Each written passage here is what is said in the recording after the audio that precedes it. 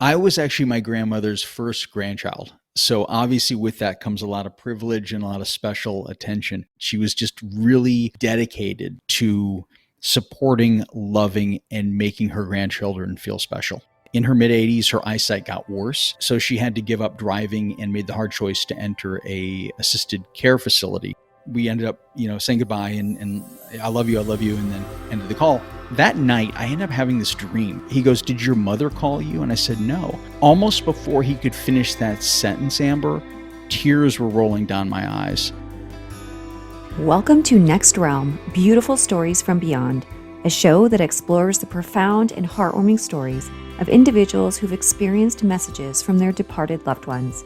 I'm your host, Amber Rasmussen, and today is my very good friend, Jake Deptula, host of the podcast Strictly Stalking and Love, Lust, Fear. There is no other bond quite like one with your grandmother, and when Jake's beloved grandma, as he called her, passed away, she made sure to show up in the most profound way to say her goodbyes.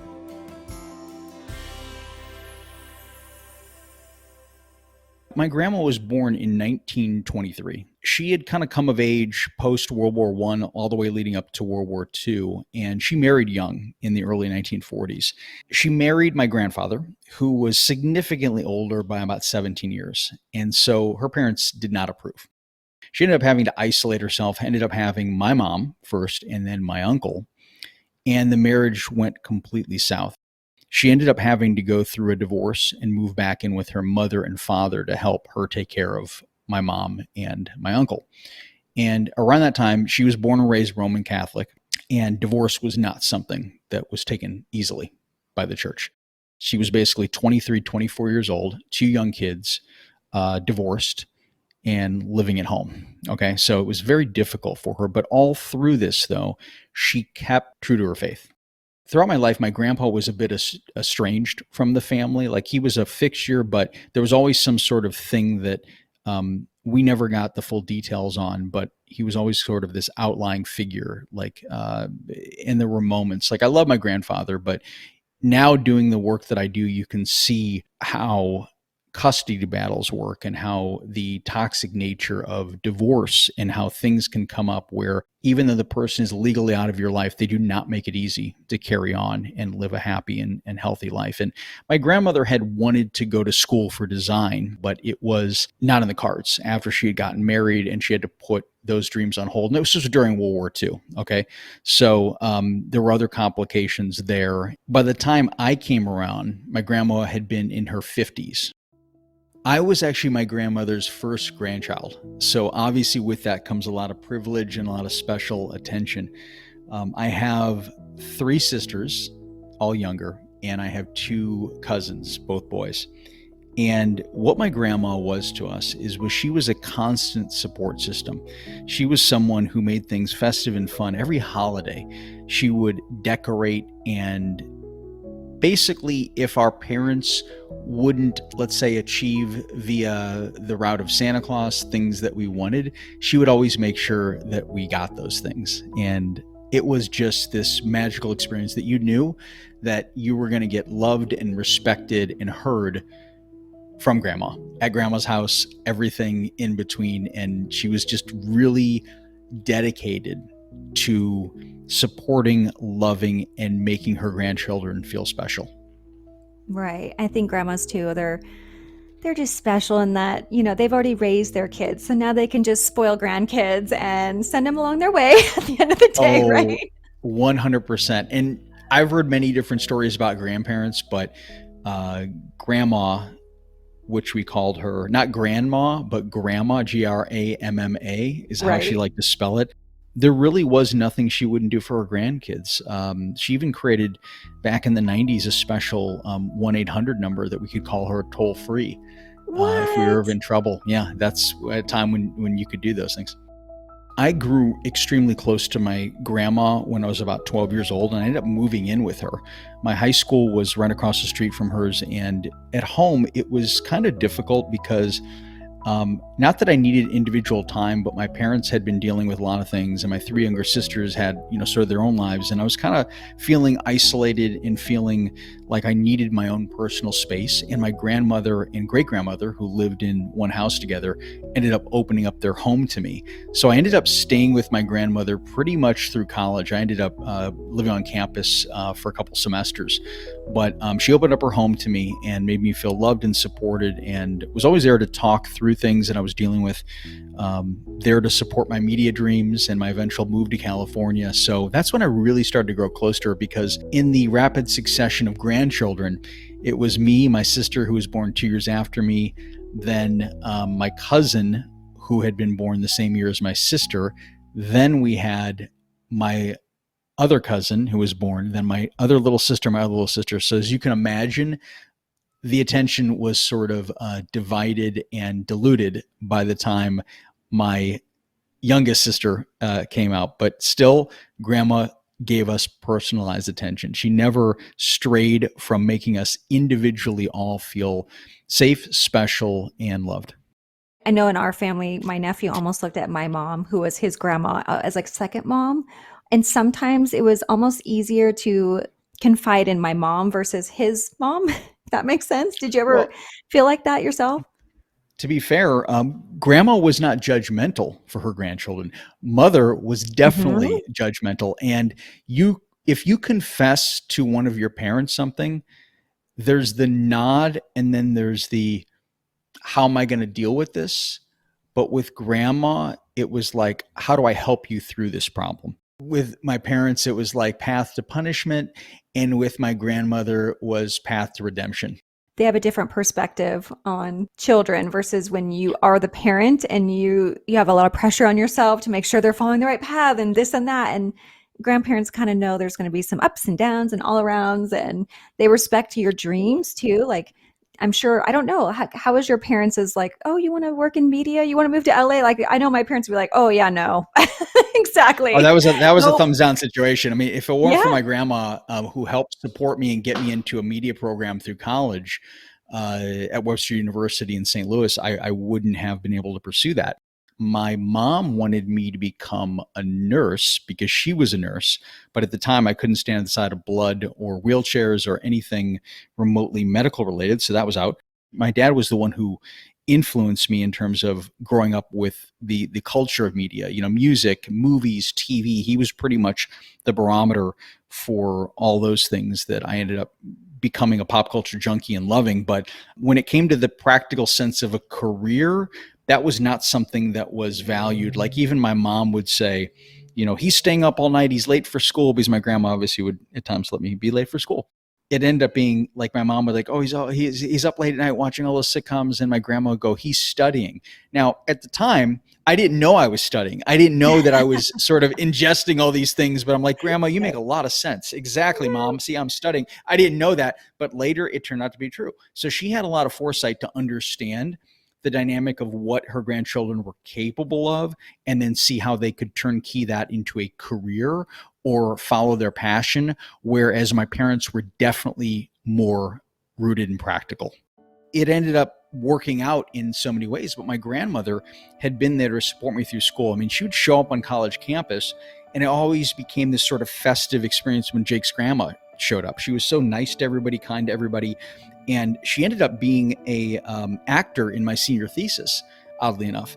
And it was such a full circle moment that she got to do it. And she was the only actor who landed her takes perfectly every time. No Oh my training whatsoever, goodness. but she landed it. And it was and we were shooting on film at the time. So that was really expensive to be able to have to shoot on film and everything else like that. So that being said, it was a really remarkable experience to have that. But I think that finding a way to tap into what her grandchildren were thinking and believing in them really went a long way. I can speak for every one of my cousins and my sisters when it came to how much she supported us and how much she ultimately became our champions. I mean, you totally won in that department. So it makes it even harder when you lose someone like that, because usually, unless there's something tragic, your grandparents are kind of one of the first major deaths for some people, you know? It's like your introduction to someone passing on, and that hurt and that like, oh, what am I going to do without them, you know? It really was, Amber, in this case, because I had spent decades with her. Okay. She had been there through most of my early life experiences, all the way to early to mid to current career in that sense. So I think that, it's interesting too, when I would make movies, like some of the first movies that I made when I produced, she would call me up weeknights and goes, "Guess what I'm watching tonight?" And she probably watched my first film that I produced more than anybody living on this earth, the director, any of the actors, families, the audience. And so um, it extended above and beyond that. Like, even my friends, she would send greetings, say hi when she could. Anything that technology didn't limit her on, she would basically make sure to know that she supported them too, which by extension was incredible. So she really was a huge champion of forming good friendships and surrounding yourself with good people of great character and cherishing that. Yeah, she's kind of like everyone's grandma then. Right? Universally. No. Grandparents bring so much joy and wisdom to our lives, and you can just feel the impact Jake's grandma had on him. My grandmother had taken care of my great grandmother all the way up till she passed. She had taken care of my great grandmother's husband when she was there, who was my great grandfather, who I never met. He passed away in the mid 60s. When I moved out to California, it was, I think, harder on my grandmother than she let on. She was so happy for me and she was so supportive, but she was actually living at the house then alone because my great grandmother had gone into a home and passed away. And some of my siblings were still in St. Louis around that time. So, and my mom and my dad. And so there was a definite community feel, but she and I have always had a special bond. And I think that that was hard for her, harder than she let on, because I don't think she wanted to put that guilt on me. She had lived alone for many years and was fiercely independent. I mean, she valued her independence and every which way and be able to do things. But in her mid 80s, her eyesight got worse. So she had to give up driving and made the hard choice to enter a assisted care facility a few years after that.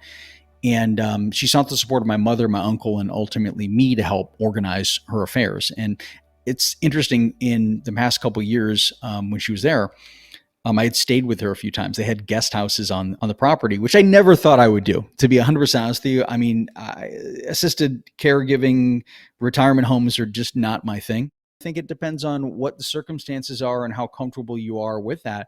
But I never imagined myself Yeah. staying there or even be comfortable, but it ended up working out. And we would have breakfast in the mornings and she would introduce me to her friends that she sat at the table with. And this is my grandson, Jake. He's out in Oh, Hollywood making I movies and probably just TV. And love that. Oh it my was gosh. the highlight of her mornings and her day. Like, just have her grandson there and doing that. And we'd go out and do like shopping trips and eating and spend time with my sisters and my mom and dad and everyone else. And I remember that, when I used to have to go to, like, let's say a Starbucks or a Panera and break out my laptop and do something that I may have been working on that I had to kind of extend over the holidays at times, even though I couldn't pay her any attention because I was working, she just wanted to sit there and she just wanted to hang out and she just wanted to be in my presence, which was amazing. So I remember that I visited her in the summer of 2015. And we had gone through her house because she had been in the assisted living facility at that time and started going through a lot of her old stuff. So she wanted to kind of gather all these things from her old house before she sold it. And so it ended up being on this trip through memory lane with me and my sisters and my mom. And I'm like, we've got to kind of be realistic with this, because she started piling stuff up on a bed and the pile just got bigger and bigger. I said, Grandma, that's not going to fit in your room at the retirement home. It's just not going to happen. So we had to get very practical with that. But around Thanksgiving of that year of 2015, everybody came into town to visit her because she had been in the facility and ended up hurting her ankle, basically hurting her leg. And she had fallen out of a chair and she ended up having to go into a more stricter care facility per se. So at that time, my mom and my uncle had sort of a rocky relationship. They've had one off and on throughout their lives, but by the time they came in and visited her, she's looking around, but she was obviously well aware of this. She sees my cousins, my sister, and then my uncle and my mom at her bedside, and she's like, "Miracles do happen." She was very much like, "I can't believe all these people together." So I can imagine her waking up from her nap and seeing, like, we got everybody in the same room. That's amazing. So on a Thursday night, I called her and she asked me, she goes, "Are you going to come to visit me?" I said, "Yes, Grandma, I'll be there on the holidays." She goes, "Oh." And I said, "Well, don't worry. I'll be there. I promise you I'll be there." we ended up, saying goodbye and I love you, and then ended the call. And then for some reason, I called her back and I said, Grandma, are you okay? And she goes, yes, I just miss you. And I said, oh, I miss you too. So I called her the next night, and she was in the room and she was having kind of a party with my uncle and my cousins. And I was like, one of them answered the phone. I was like, oh no, don't bother her. Don't disturb her. I tell her I love her and I'm glad you guys are all having fun. I don't want to like rain in on the parade or stop the party down.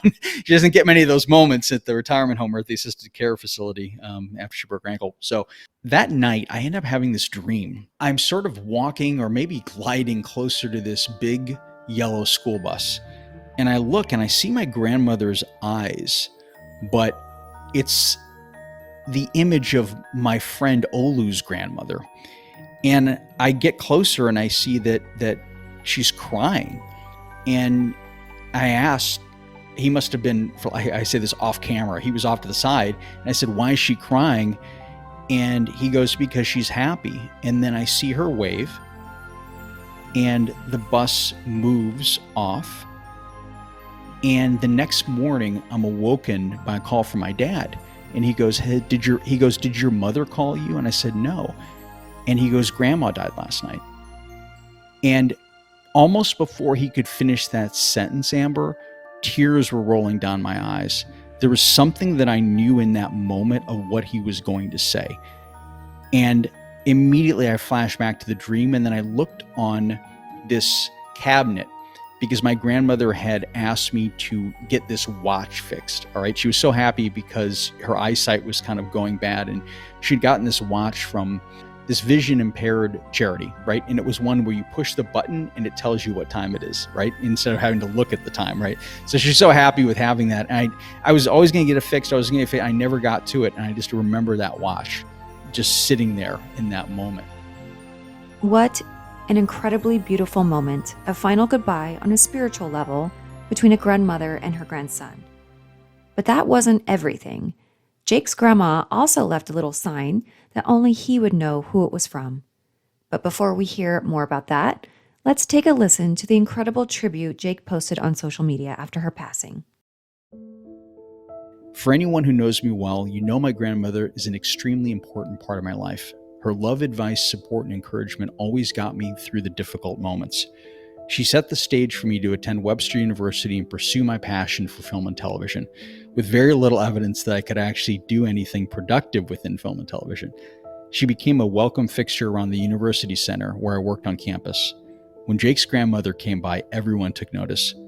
When I moved out to Hollywood with no job but an apartment I was obligated to pay rent on, she made sure I could bridge the gap to stay here until I locked in a job 2 months later. She made every holiday memorable, from her beautiful decorations to her fair system of Christmas present distribution amongst her 6 grandchildren, oldest to youngest, Jake, Carlos, Nicole, Armando, Annie, and Gina. Her wit, contagious. Her stories always entertaining. Some have even made it into various scripts in development, including The Dawning. Her stubbornness, truly charming. An independent spirit born into a time when it was not appreciated to be a woman. Most of all, her love was a gift that I will cherish in my heart and mind.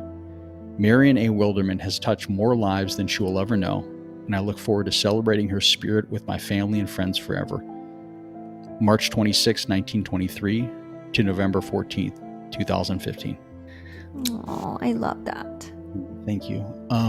So I ended up posting that, and I got a lot of feedback and a lot of sympathy and everything else like that, and kind of opened up the floodgates to kind of a tribute to her. So I ended up going home, and I remember a couple days later we were in the limo, and there was a hearse with my grandmother's body and head of it. And I remember just looking over to the side, and I saw some guy just walking along the street, just minding his own business, but he saw the hearse. And then he basically touched his chest, kissed his fingers, and then put it up in the sky like a tribute. It was like this little kind of, pedestrian moment, but it was interesting. So during the time my grandmother had been at home, she was so proud of the film that we had done together that I mentioned in my senior thesis. So she kept asking me to get it transferred from VHS to DVD. And I said, Grandmother, wait until I get the pristine copies. And when she has, she goes, oh, I got a VHS. I said, let's just wait till I get the more suitable master. And I was always like trying to make that happen, but it was in storage and it was complicated to get. But she wanted to show it to her friend. and her friend at the home ended up passing away, right? And she was sad about that, and I was sad too, obviously. So we get to the funeral parlor, to the wake where my grandmother was, and the name of the movie that I had done was The Parlor Boys. So we get there, and I look up, and it's the room she's in is Parlor B. Okay, and I'm like, okay, Grandma, I get the message. I was like, okay, this makes perfect sense. When you first saw the bus Hmm. with her saying goodbye, and that morning you clearly it clicked for you, like, "That was my grandma saying goodbye to me." Or Yeah, were you absolutely. still kinda like, "What was that? Was that" did you correlate it, or I were didn't you have time. My dad Mhm. woke me up with the phone call, so I didn't have time. So it was in St. Louis. It was 2 hours ahead. So she had passed away in the middle of the night. My mom hadn't reached me or hadn't woken me up with the call. And by the time my dad called me and I woke up, that's what happened. So I didn't actually even have time to Right. think about it. It just, it just in that moment connected and made perfect sense. Did you talk about it with your family, the dream and then the parlor coincidence? How were they open to it, or tell me I, about the woo? How yeah, into the woo are you and your family? Were they like, "That's crazy. That's a coincidence"? Because honestly, I've had several people write in already to the podcast talking about being told when someone passed away via a dream. So, they're like, "Oh, I had this dream," and they basically were like, "I'm not going to see you again," or "I love you," or whatever. And I woke up the next day and I found out that that person had passed. So very similar. So it must be a thing. I got to tell you, that's a really good question. And my family does come from a sort of psychic realm, if you will, and things that couldn't necessarily be explained. But I had a great aunt who was my great grandmother's sister, who at a time for a time lived with my grandmother, my great grandmother, and she was always going through some sort of emotional, what they'd call at the time. This was like the 40s or 50s, right? Actually, no, she was born in uh 1902. Oh, so wow. and she had gone through a variety of different psychiatric treatments at that time, and you can only imagine what kind of rudimentary psychiatric sort of treatment that she had gone through at those times. And she had psychic abilities, but they didn't know what to do with these things. They didn't know. And I think that when I see a lot of people going through things that they're very perceptive and they're very sensitive to, but people can't quite put their finger on it, they don't know their own powers and they don't know how to necessarily channel them. So my family does come from a degree of that. And it's gotten passed on. And to be fair, it gets a bit diluted because I think the older you get, and the more media we're exposed to, the more static that you have in your life, and you start to stray away from the clarity of those things. Because I can only imagine back in the when she was going through this, maybe in her teens or 20s, there was radio, there wasn't TV, there was newspaper, but now we have every single thing to keep us occupied and off focus of our own abilities and our own capabilities, right?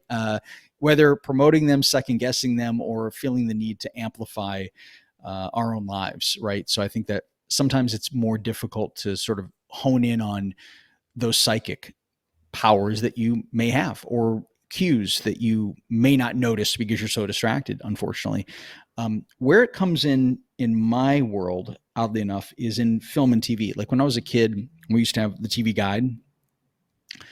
I would think about a movie and then I would look and, oh, see it in there. And then I would think about a movie or a TV show and then I would see a commercial for it right after. So that has happened when I was a kid. So I was like, well, that's just weird, whatever. But my family was a very soft landing for this kind of experience. Like nobody questioned, nobody else. And my friend Olu, whose grandmother that I saw the vision of was my grandmother's eyes, so I could tell it was her, is he got it right away. People know me as a non-bullshit artist, to be fair, Amber. So I don't get a lot of people like skeptical. They may be skeptical, but they're not skeptical of my story for some reason. But I haven't. This is by far your show is going to be the biggest amplification that I share it with at this point in my life. So for whatever that's worth. Yeah. Oh, well, I mean, well, first of all, this topic is very taboo for some people. So the fact that your family, like way back, they did not, I'm sure, take it well when someone had these psychic abilities. I'm sure they put her through all kinds of procedure. You must be crazy if you're, She went exactly. through shock therapy. at the Right? time. And I Yeah. don't have the information to say, well, what other emotional issues that she was going through, but it was rudimentary. So, but she had things that were unexplained. Like she would guess Mhm. things, she would think about things, she would predict things, and it wasn't something that was valued. It was something as either naysayed or deemed as something uh, psychologically aloof, I guess you'd say. And to your other point, the other people in my life that I've shared this with, I have a really good friend, Crystal Coral, who's a spiritual medium. Amazing, has done some amazing wonders. She's also a victim advocate, also a private investigator, has her own podcast called The Visitation, and does a I was gonna lot say, of you wanna work plug for. it? Yeah, Yeah. I might as well, right? I'm here. Yes. Now, the reason I'll plug it, I probably think we need to talk I think you with both need her. to talk. I think Yes. she'd make a remarkable guest for this amazing new show you have. But I would say this is that I didn't tell her much about my grandmother, but she knew things there's no way she could have known. I started to get on board with understanding that any skepticism I had for the afterlife or people trying to connect was evaporated the day that I woke up to my dad's phone call and my grandmother had appeared to me in the dream the night before. And then by the time we got to the funeral parlor and I saw the indication on the door, I laughed because I was like, okay, grandma. She's here. And she's Yeah, here. She's here. she's here. And Yep. I've had other people who have said things to me and about her and everything else like that. I know she's watching over us now, obviously blessing Yeah. this episode Hi, or grandma. not blessing it. She'll leave her comment on Apple review if she could. That's Maybe right. we'll see. Yeah. Grandma loves Jake or Jakey. That was my Yes, nickname. yes. But that being said is that, yeah, I think that, you know, it's easy to disregard certain things when it's maybe people you don't know that well or don't have that much of a bond with. But when it happens to you as directly like this, it's really, I think you might be doing yourself a disservice not to explore it more. I'm not saying you have to have faith in the next realm, but it's worth looking into and it's worth understanding that sometimes there are things that are not just coincidence, but there's an energy or connection that is extremely valuable to understand. At least do an analysis on, because it could open up some things to you and could enrich your life. I think a lot more than we think it does. Let's hear Jake's final thoughts on the afterlife. And why do you think they come back? Is there a reason? Like, do you feel like there's something that they just need you to know? Or like, I'm here with you, I'm in a good place? What is it? Like, why do you think she kind of was on that school bus? It's something I pondered, but I think it's also spirits try to get through any way they can. And I think that this really opened up my life to thinking how temporary this physical presence is. When you find this, you realize that it's just something that it brings you a level of hope and connection, and also I want to say closure, but it's not really closure. It's more of a sort of advancement of your capabilities to understand there's more to this. I always feel like they kind of want to just let us know, like, it doesn't end here. There is a bigger picture, and I'm actually still living. I'm just in a different realm, essentially. I'm just energy somewhere else. Like, I don't know how you were raised, but I just remember feeling like, oh, we go to heaven.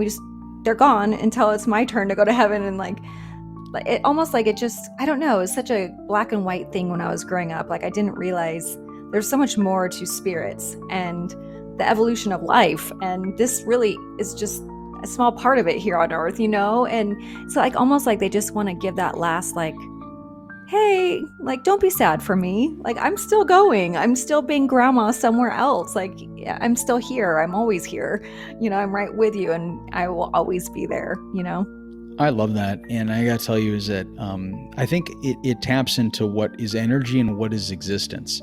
Because, we exist on some level as, physical, tangible human beings. But when I look at things like reincarnation, I don't think they're exact replicas of someone who once lived, but I think there are traits and there are things that are passed on, not just practically through DNA, but also there are things you can't explain. in terms of how people have certain memories and certain things. And, granted, you can meet things with a level of skepticism, but I think when it really happens to you, and it happens in a way that's not with a ton of fanfare, to be fair, like even what happened with my experience with the dream with my grandmother, it wasn't a lot of fanfare. It wasn't something that was so forecast. And yes, she was in a home. Yes, she was in a certain level of condition, but um, the way that the dream happened, how the dream happened, the timing of the dream. Okay, that's one thing. And then we go to the wake and we see the sign on the door above. Okay, that's the second thing.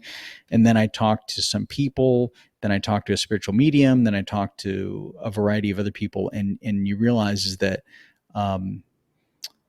you just kind of have to sometimes pay attention to these things. You don't have to agree with them. But I think also too, Amber, I believe that these things scare people. I think sometimes too. I think that people want to feel like there's a beginning, middle, and an end to Mhm. things. As I said before, to me, and no offense to anyone, but I'm not a big funeral or gravesite sort of how do I was gonna say participant. No. You're not I visiting on a regular Visit, basis, yeah, like, I don't need to. Yeah. I've never visited my grandmother's grave because my grandmother She's not isn't there. here.